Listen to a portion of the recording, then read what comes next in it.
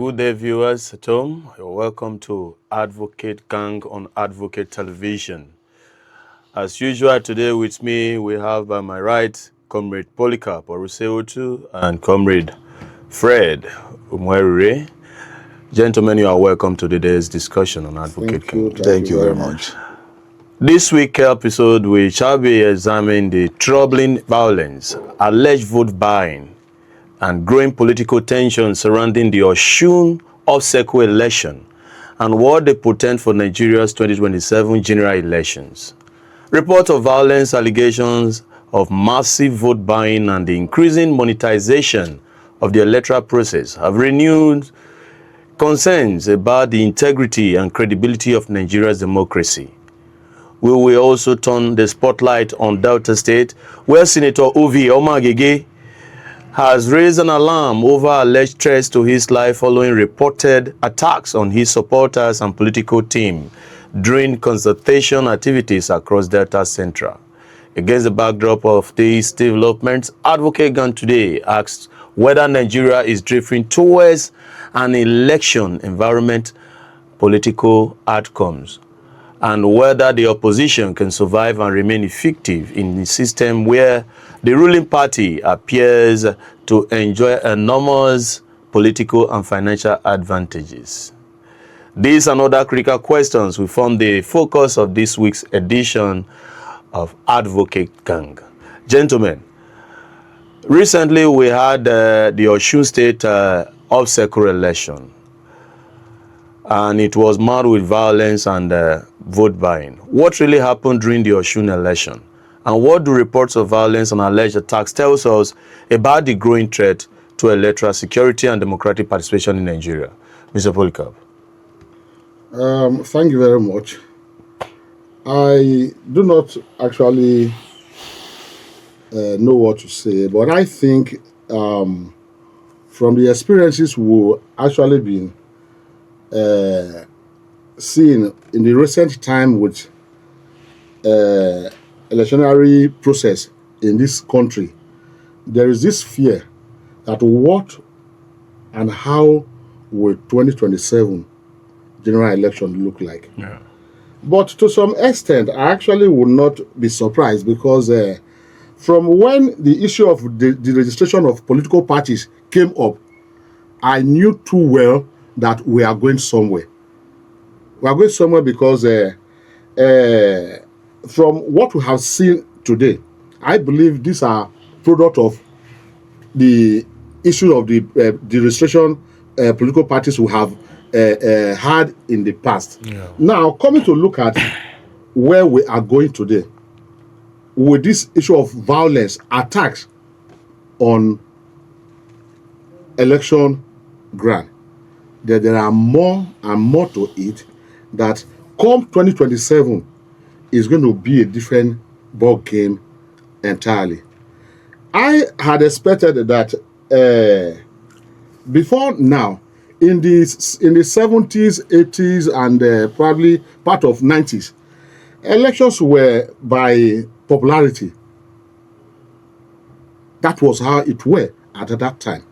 Were by popularity. Yeah. The man who is popular gets it. The man who is popular wins the game. But today, it is no longer how it is.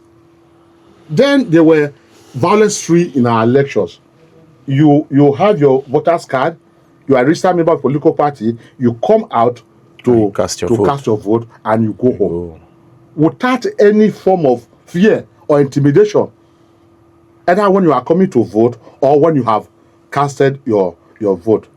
But today now, I do not know if by 2027, a lot of the electorate will be able to come out to say, I want to come and exercise my franchise for a candidate of my choice, from what we are seeing. Mostly, if we are looking at it from the Osun state election. Okay. Comrade Fred, are you of that same view with Comrade Polycarp? Yes, to an extent, of course. The Osun off-cycle elections, especially election, the one that just concluded, off-cycle election is an election that we conducted out we of always not just that is that election that Nigerians use a kind of to measure the outcome of the general election. Okay. Especially the preparation of the INEC, the political parties, and all stakeholders involved. All Nigerians' attention will be looking at what is going to happen after this election. The outcome of this election will be used to predict what will happen in the general election. That is basically how Nigerians look at most off-cycle elections that are taking place. Now, looking at the one that happened in Osun State, if you look at the campaigns and the reactions before the election, you will know that the thing will not be devoid of violence, because that state is not the party, the governorship candidate of that state, and that state, they are not with the president, they are not the same political party, the ruling party, the ruling political party. So you will know. Now, when the governors are decamping and leaving their political parties to join the party at the central, which is the ruling party, some governors did not do that. They didn't leave their party. They didn't leave their party. They stood their ground. They believe that the people of the state have the say over who will become the next governor, that they don't need any national support like other governors are looking at. That if you join the ruling party, you are safe.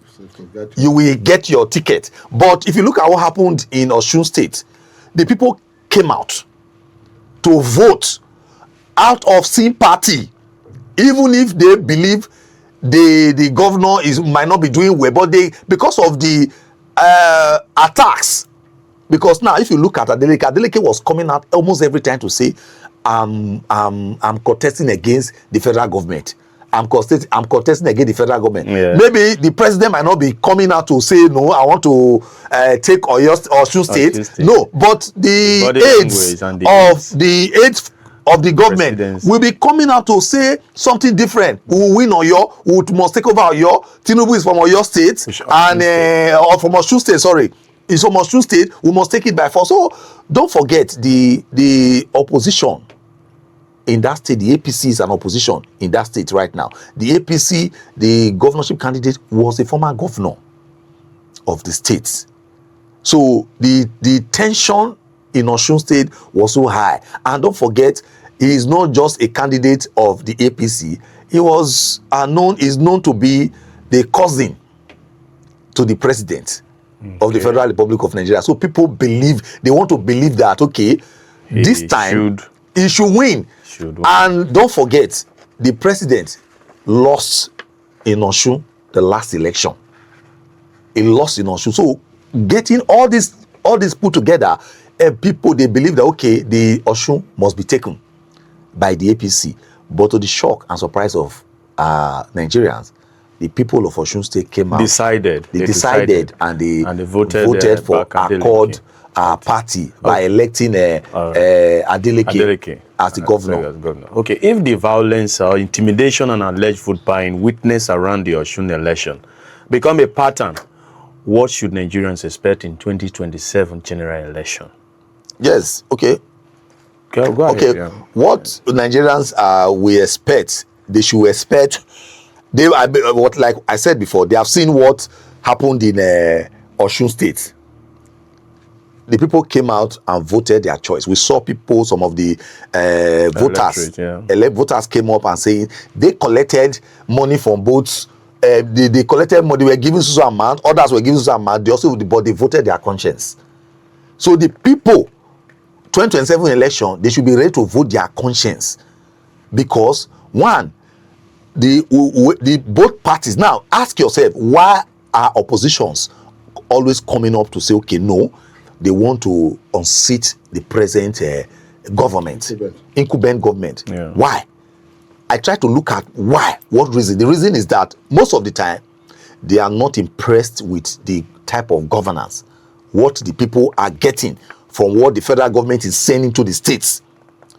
Or if you look at the presidency, what the present president is doing to take away the sufferings of Nigerians, voters will look at a lot of things which will make them go into voting their choice. Now, those oppositions coming most of the time, they believe, okay, with all your programs, with all your agenda, the people are still indebtedness. People are still suffering. No, I must take up the fight to contest as the president, as the governor. Should they do that in violence? No, violence should be now. I am not concerned about the violence and intimidation. Yes, now looking at the violence and intimidation. Looking at the violence and intimidation now, prior to the election in Osun State, over 100 persons were arrested by the police. A month too, they were arresting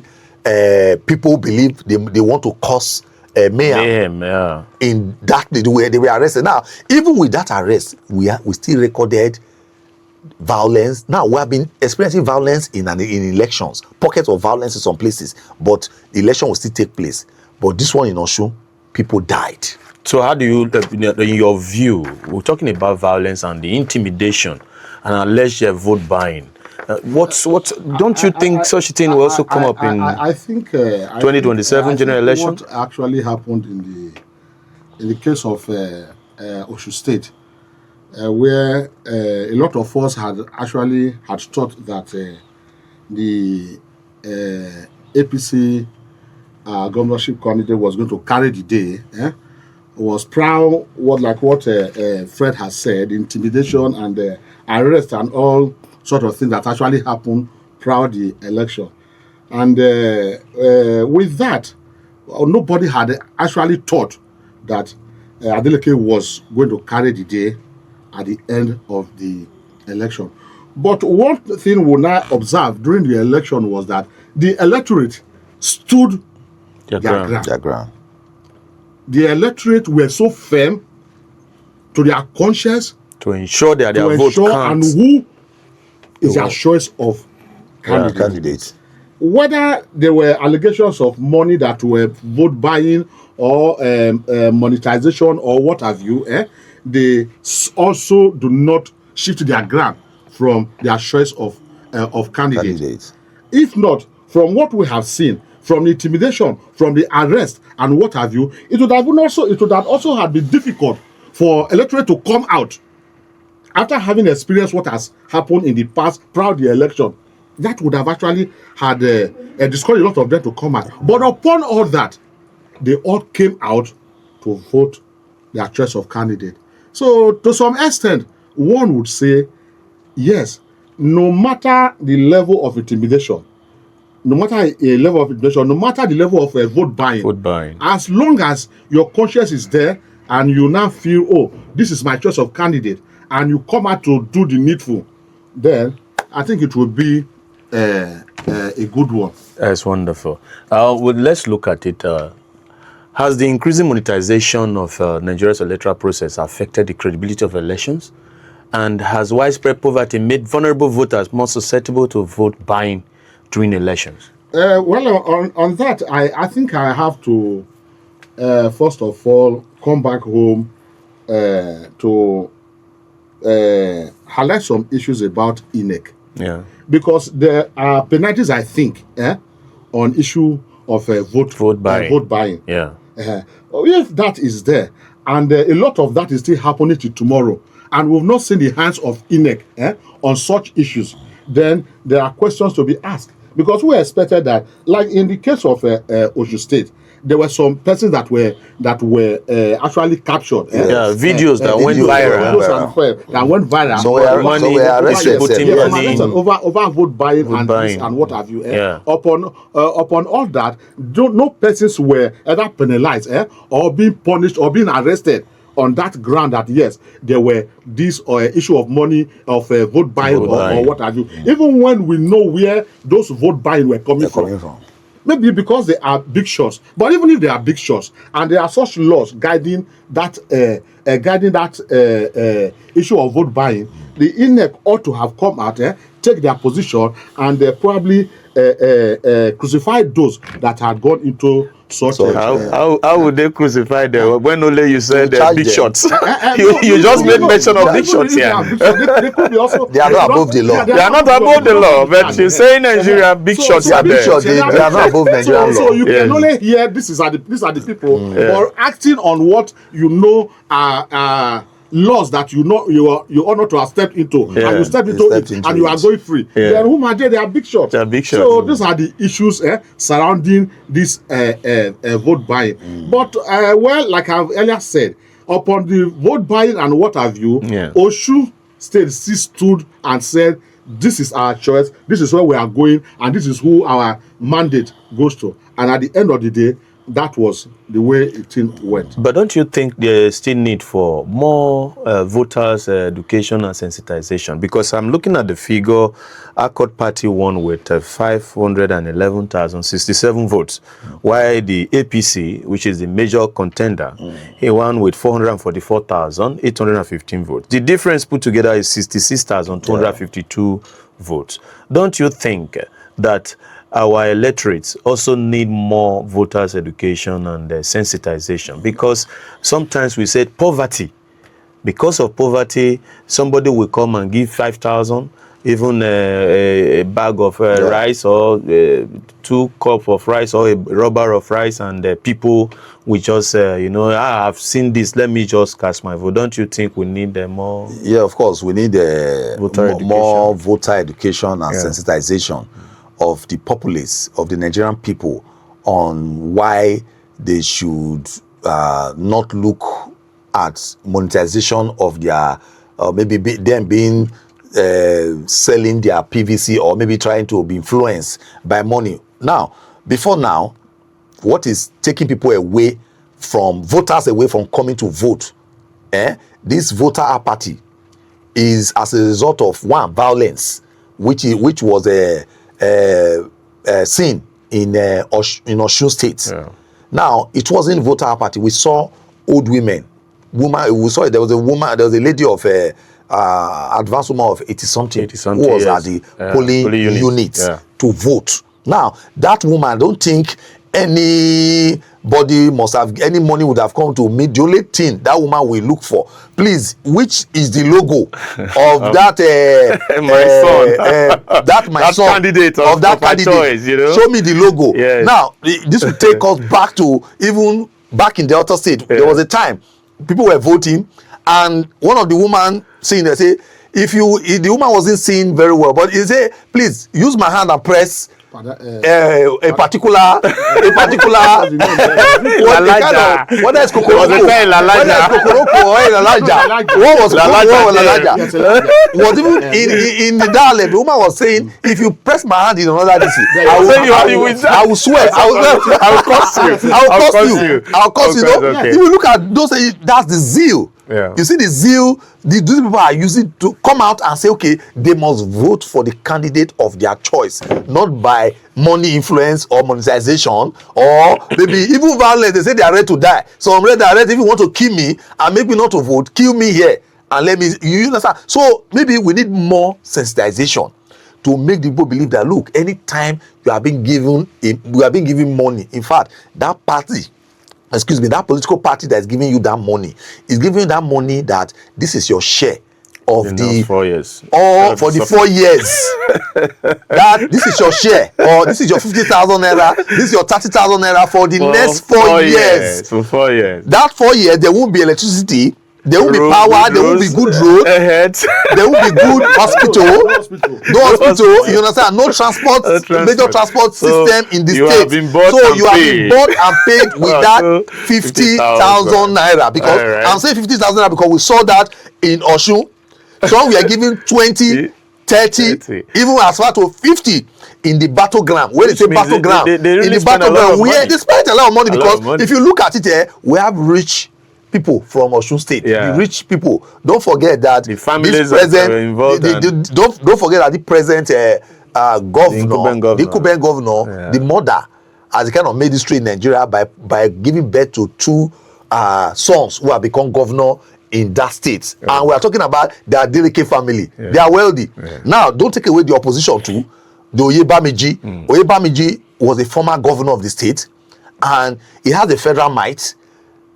We're talking. I was drawing the attention of people. Some of the voters came out voting for sympathy because the news report came that the fund of the state is being seized, frozen by the EFCC, Economic and Financial Crimes Commission. Now the thing came as a surprise to Nigerians, and the people of Osun State took it as a pain. Okay, it's the EFCC that will come and vote for us in this election. Okay, we must vote for Adeleke. Let the state fund be frozen. We will still cast our vote. That sympathy went straight to Adeleke during the election. It carried the day. So it carried the day. The education sensitization you are talking about is one sensitive area about our political system today. Yeah.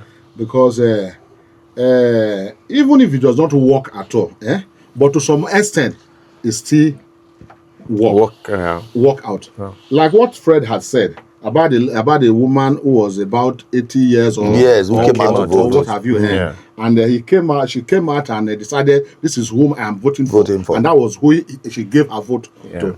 Now, even if we're going to carry out this sensitization, either through electronics, print, or what have you, it should also start from the family. Okay. It should also start from the family. Yeah. I remember then, like 70s, 80s, I was talking about. Before the family leaves, before the family will leave the house, the parent would tell them, or any of their lighting children would tell them, Papa, Mommy, now that you are going out to cast your vote, look at who you are voting for. Don't let anybody persuade, deceive, and money.